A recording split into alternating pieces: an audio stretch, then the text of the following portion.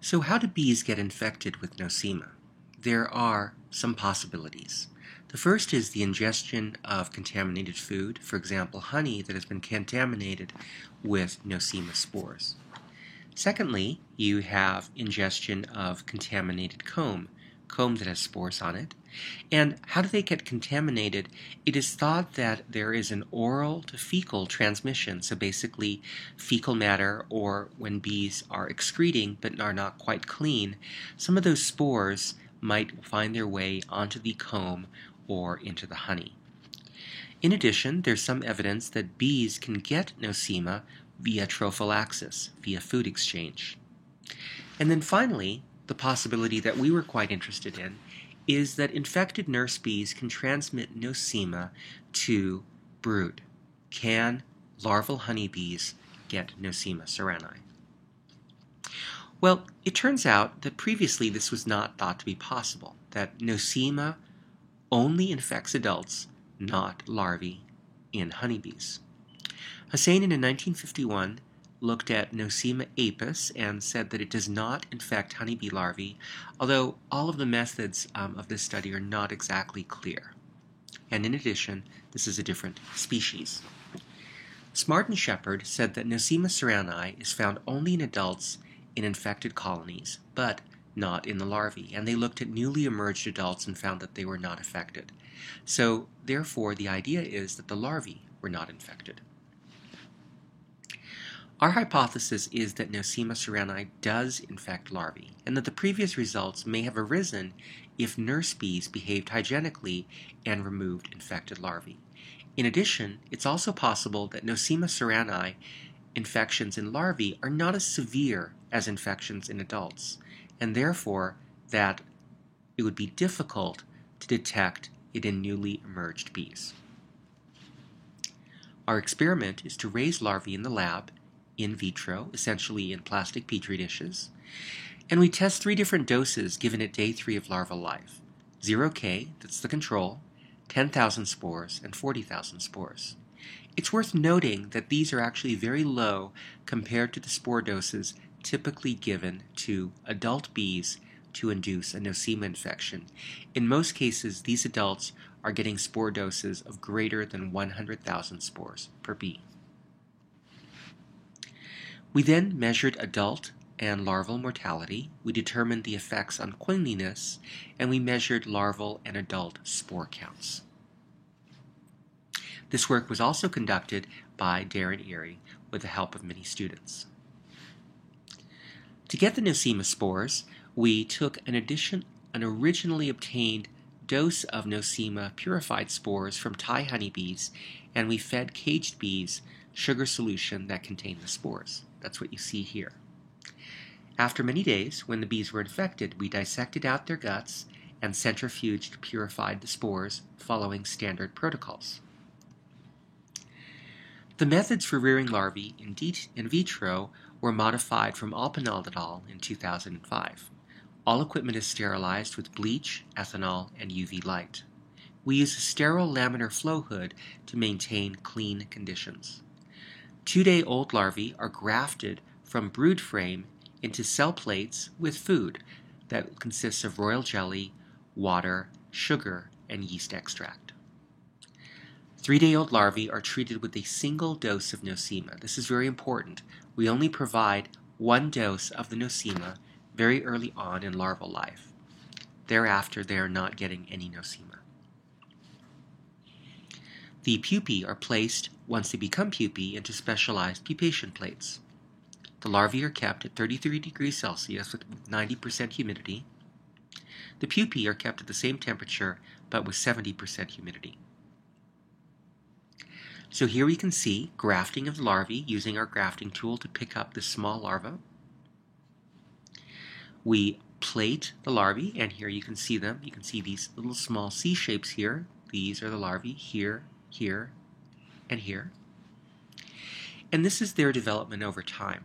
So you can see that from day 2 to day 4, at day 6, they start to excrete, and they're producing these characteristic uric acid crystals that indicate that they are ready to be transferred to clean pupation plates.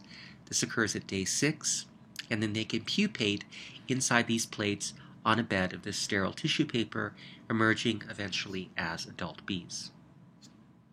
This is the process of rearing larvae.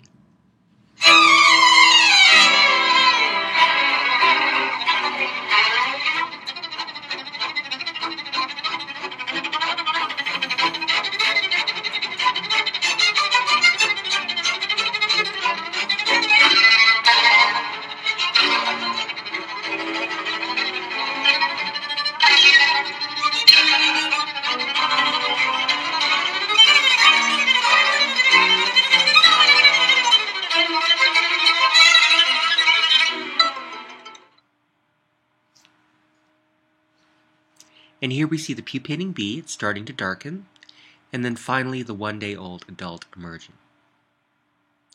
Once they emerge, we transfer the adults into these longevity testing cages where we basically feed and maintain them with sugar, water, and pollen for the rest of their life. We check the cages every day and remove any bees that are dead, recording when they emerged, and therefore we know how long they lived. Here you can see cages with various treatments.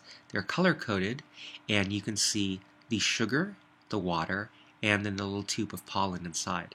In the back, you can see the incubators where we maintain the constant humidity that's required for the larvae and the emerging adults. Here we see Jackie Ho. She is one of the students who was helping us count the spores at the microscope. And we're looking at the number of spores in adults after death. We were also interested in the effect of Nosema on queen quality, and here we see Li Benvao, who is extracting the heme lymph from the bees to look at the concentration of vitellogenin. This is something that is in us as well. It is a generalized egg precursor protein. But what's particularly fascinating is that the levels of vitellogenin correlate, as you might expect, with the fertility of the queen and also with her longevity. Vitellogenin conveys protection. It provides the queen much of her ability to live a much longer life than the workers. We use SDS page electrophoresis, and we run the vitellogenin through the lanes, and you can see here a dark band corresponding to vitellogenin, which we then use spectrophotometry to quantify. Here we can look at the mean vitellogenin per microliter of bee hemolymph for bees that have been treated with 10,000 spores and bees that are not treated. They are controls. What you can see is that bees, when they are 1 day of age, do not have significantly different levels of vitellogenin. However, once they are 7 days old, the level of vitellogenin in the 10K-old bees increases. So basically, they're starting to look a little bit queen-like. The Nosema is creating a queen-like result in terms of vitellogenin levels. In terms of morphology, we also saw something rather interesting. So here's a queen stinger, and here is a worker stinger. The queen stinger does not have barbs. We counted the number of barbs on bees that emerged from our assay, and basically, larvae given higher doses of Nosema have more queen-like stingers as adults. So you can see the control, which has the most barbs per sting, and then the 40K bees, which have significantly fewer barbs per sting. So these bees are more queen-like. Now, what is going on here? It turns out that Nosema induces a kind of gastric distress that leads to greater hunger in the larvae, so that the larvae that emerge are heavier. And remember, they've been fed royal jelly as part of their diet, so they've consumed more of that royal jelly, and therefore it's perhaps not surprising that they have become more queen-like. This, in our case, was expressed through the morphology of the stinger and in the level of vitellogenin. The main point of our experiment was to see how Nosema affects adult mortality, and we can show here that it does significantly increase adult mortality. This is the median adult age at death for the control, the 10K, and the 40K. And you can see that on average 10K and control bees died at 12 days of age, but the average 40K bee died at only 5 days of age. So the average median age at death was halved. Here you can see the mortality over time. We were able to get bees to live up to about 30 days, and the 40K treatment had the highest mortality, the greatest death, compared to the 0 and the 10K. Now, in prepupae, these are pupae that we've allowed to defecate and that we carefully clean, and then we dissect out the gut contents and count the number of spores inside the guts. We find that there is elevation of infection when treated with either 10K or 40K one time when they were larvae. So, yes, larvae can be infected, and their infection levels are already elevated in prepupae. Note the infection level. We have an infection level of about 3,000 spores per bee. Nosema spores counted in dead adults. These are adults that have achieved their maximum longevity inside our cages. Once they die, we dissect them and look at their spore counts. We can see that there is an elevated spore count in the 10K treatment and in the 40K treatment, and they're approximately the same. Also, what you can see is that the overall levels of spores are now much higher. Now, instead of 3,000 spores, what we had in the prepupae, we now have about 13,000 spores on average for 10K and about 8,000 spores for the 40K. So, spore levels are elevated, but somewhat surprisingly, the bees that lived the least long, the 40K bees, and the 10K bees, which lived slightly longer, they have the same level of adult infection. So in summary, Nosema ceranae can infect honeybee larvae. The infection affects queenliness. Bees that are infected seem to consume, we hypothesize, more royal jelly and therefore become more queen-like. However, this infection decreases adult survival. The 10 and 40K treatments lead to infected prepupae, and both treatments lead to infected adults.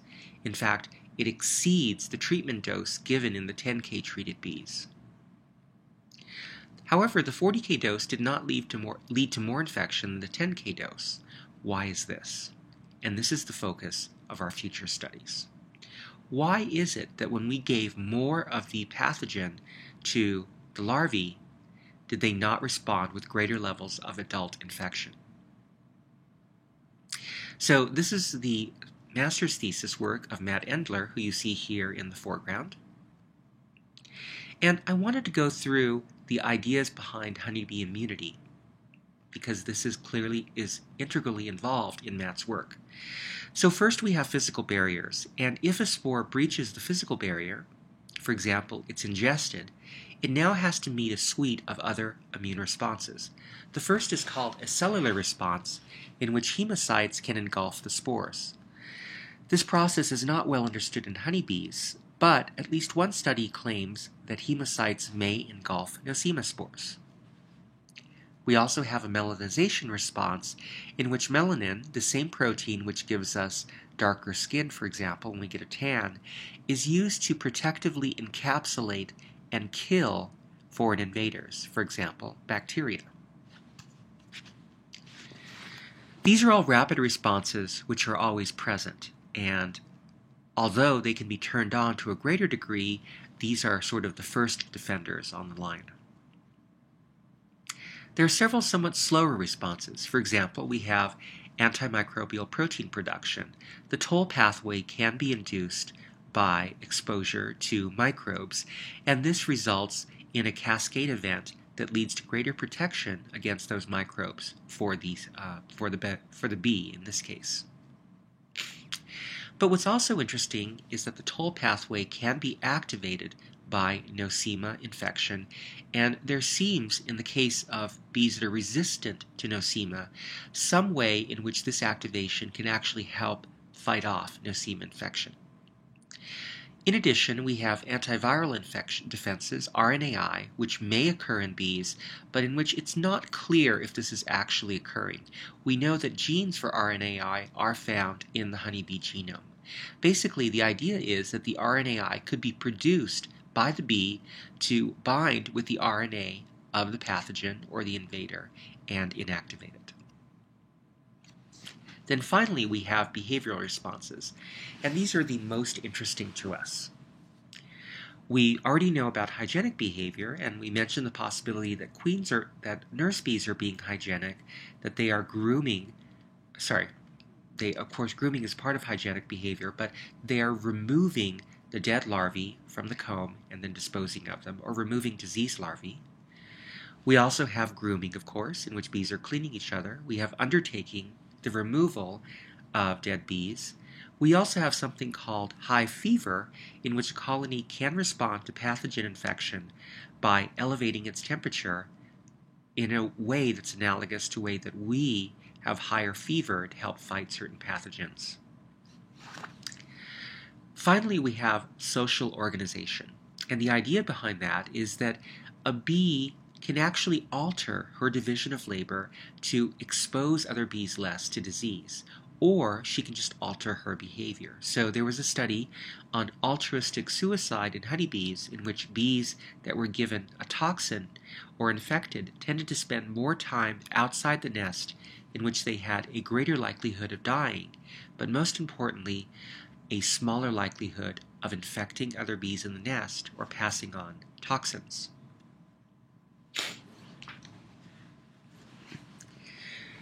So one question that Matt would like to address is, can we activate honeybee immunity? We know that exposure to Nosema ceranae initially activates the immune system. Resistant bees continue to have activated immune systems. Non-resistant bees die. Furthermore, severely infected bees show immune suppression, which of course makes them susceptible to other diseases. Nosema is a microsporidian parasite, and in fact, there has been a vaccine created for microsporidian parasites in rainbow trout. When they inoculated these fish when they were young with dead spores, there was 85% less subsequent infection as an adult. So, is it possible to create a Nosema vaccine? I would like to be very clear that bees and vertebrates have a very different immune system. Fish and us, we have antibodies, and we have a kind of antibody memory, so that when we're exposed to something, vaccinated against it, we can develop immunity to it, and that immunity will be present as an adult. But in bees, we don't have these antibodies. What we therefore are thinking of in terms of the vaccine, and this is why, by the way, we have it in quotes, is that we want to activate the immune response of the bee. We want to challenge the immune system with this pathogen, which is dead, but nonetheless we hope, for example, to activate things like the toll pathway to see whether or not by activating this we can cause the bee to be more resistant if it's exposed later on to actual Nosema. The idea is that the immune system, it's not specifically recognizing the vaccine, it's not forming antibodies to it, but it is turned on, and this activation, to a greater degree than what would normally be activated, can provide a defense. In addition, an earlier paper suggested that probiotics could activate honeybee larval immunity. One question was, will this also work, for example, if we feed harmless bacteria to larvae? When they become adults, will their immune system be activated, and will this protect against Nosema? And before proceeding, I wanted to talk a little bit about results. Right now, the probiotic results suggest that the probiotic treatment given at a higher dose that we were trying initially does not seem to be effective. What it's doing, in fact, was killing our larvae. So we're now scaling it back to try a lower dose. Another question is, and we're still working on those other experiments, is whether infected nurse bees can actually infect larvae. And so we're testing ways of recording nurse bee behavior. Here we have an incubator, and we have a weather-resistant camera because it's quite warm and humid inside the incubator. And we have a section of comb, and we're recording the behavior of the bees using infrared light, which is largely invisible to them, and we can see what they're doing inside the nest. This is actually Jackie's project. So I wanted to show you an image of the larvae, and we just took this for fun before we introduced the bees. We call this our larvae cam image. And you can see in the processing of this that there are some fluctuations. This is the gut movements of the larvae. Hopefully you can see where I'm pointing. And also you can see here where some of these dots are actually changing. This is not actually an X-ray, this is a processing filter. And what it helps to do is to just highlight the things that are changing in the image so that you can see the movements of the larvae. This, by the way, is sped up in time so you can see them more clearly, but this is one of the things we're thinking about using to look at the changes that can be induced in larval behavior by Nosema infection.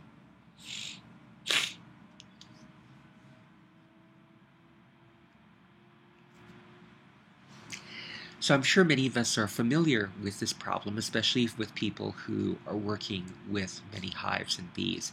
It often seems perhaps that our work is never done and that there's another task to do, particularly nowadays when it's become harder and harder to keep bee colonies healthy. However, I'm showing this because the idea is that Nosema infection can actually affect bee division of labor. One study suggested that bees that were infected with Nosema prematurely accelerated their development and actually began older tasks, for example foraging, earlier than they normally would, and did not perform nursing tasks which would be appropriate to their age. This suggests some different things. One possibility is that this is somehow adaptive for the colony. Maybe the bees are changing their behavior in this way because overall, over evolutionary time, this would be beneficial because now they're not exposing the larvae to their infection. Alternatively, of course, they could be some kind of byproduct of the way that Nosema infection works and may alter, for example, juvenile hormone levels in bees, although this is purely speculative. It's something, however, that we're very interested in. And therefore, we want to use this larvae cam, focusing it really on nurse bees, we might call it nurse bee cam perhaps, and see how their division of labor, the tasks that they do, feeding other bees, grooming, inspecting cells, cleaning cells, how these tasks change as these guys get older, and whether or not there's any disruption when they are infected with Nosema.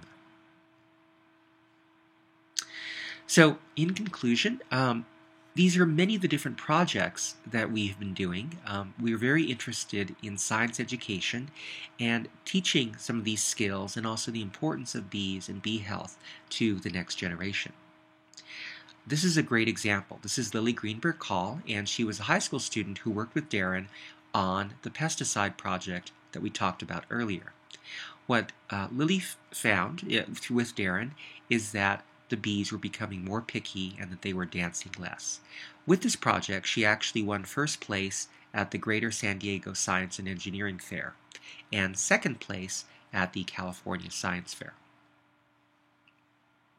If you're interested in learning about more of these projects and specifically about the exercises that we've designed for students and for educators, please Google the teaching bee shown here and click on these different flower petals which have different information.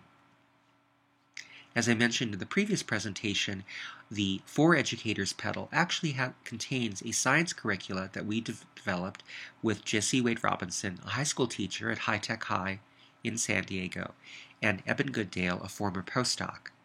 This curriculum is designed to teach students about the importance of bees in our environment by looking at the honeybees and how they avoid predators, but also more generally is designed to teach them different national science standards and skills that are involved in experiments and the scientific method. Finally, if you're interested in learning more, you can join us on our Facebook group, The Teaching Bee. You can join the YouTube channel, The Teaching Bee. And if you look at the website, which is easily found just by Googling my name, you can look at this tab highlighted in red on honeybee health and colony collapse disorder. This provides detailed information and some of the videos that you've seen earlier in this presentation. I would like to close by thanking the many people who are involved in this project and some of the funding agencies, including the National Honey Board, the California State Beekeepers Association, and the Academic Senate Bridge Grant. Thank you for listening.